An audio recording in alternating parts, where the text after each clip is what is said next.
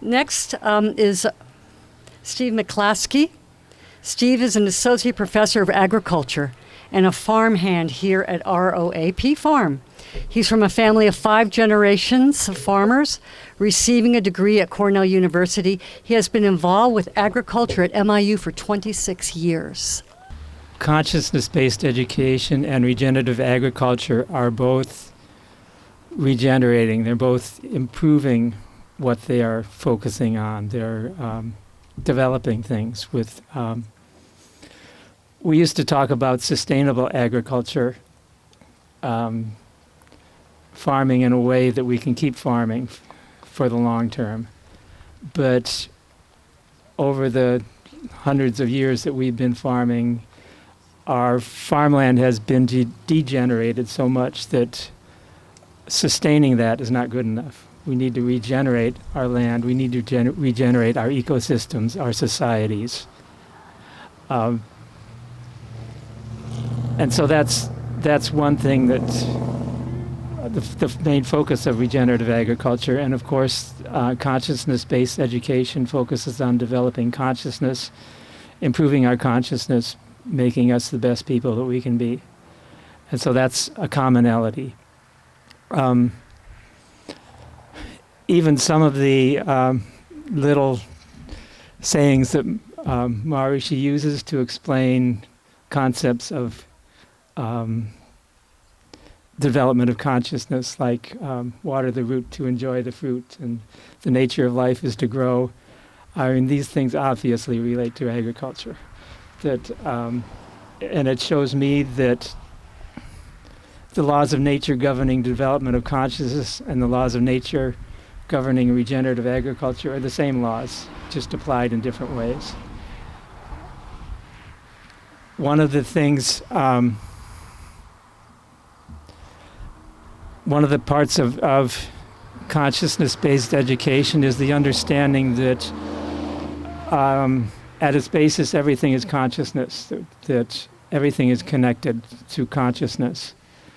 And that's also a principle of regenerative agriculture. Everything is connected.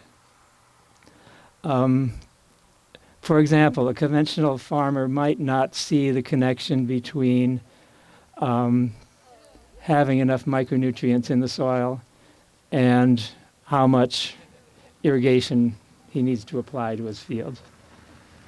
But if the nutrients are in the soil that the plant needs, the plant can be healthy, the plant can perform its photosynthesis more efficiently, it can produce more sugars, it can use those sugars to feed the microorganisms in the soil around its roots, and those microorganisms can use that sugar to develop the soil structure, to create the little aggregates and the channels in the soil that allow the water, the rainwater, to percolate into the soil and to hold on to that soil like a sponge. So in the end, over time, by making sure your plants have enough micronutrients, you don't need to irrigate as much because your soil is going to be healthier.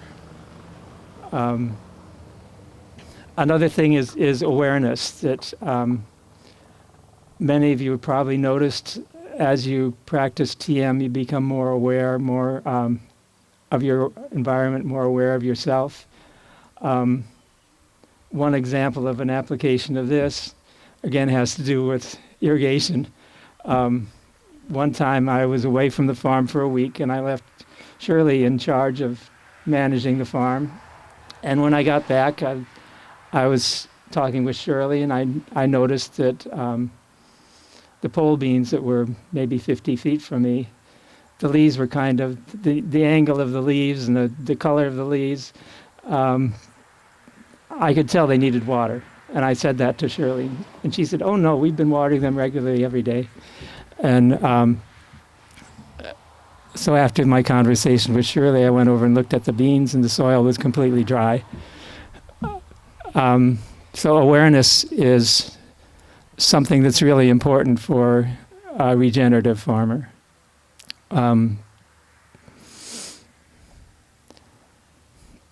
seeing the connection between things, because that's what makes it well work, is the connections, the relationships, our relationship with the land, our relationship with the crops, but also the crops' relationships with the other plants in the neighborhood, with the insects, with the microbes in the soil, with the soil particles. It's all connected. And that's why I see the strength of consciousness-based education, because it develops our awareness of that connection, that unity among all living beings, including the microbes in the soil.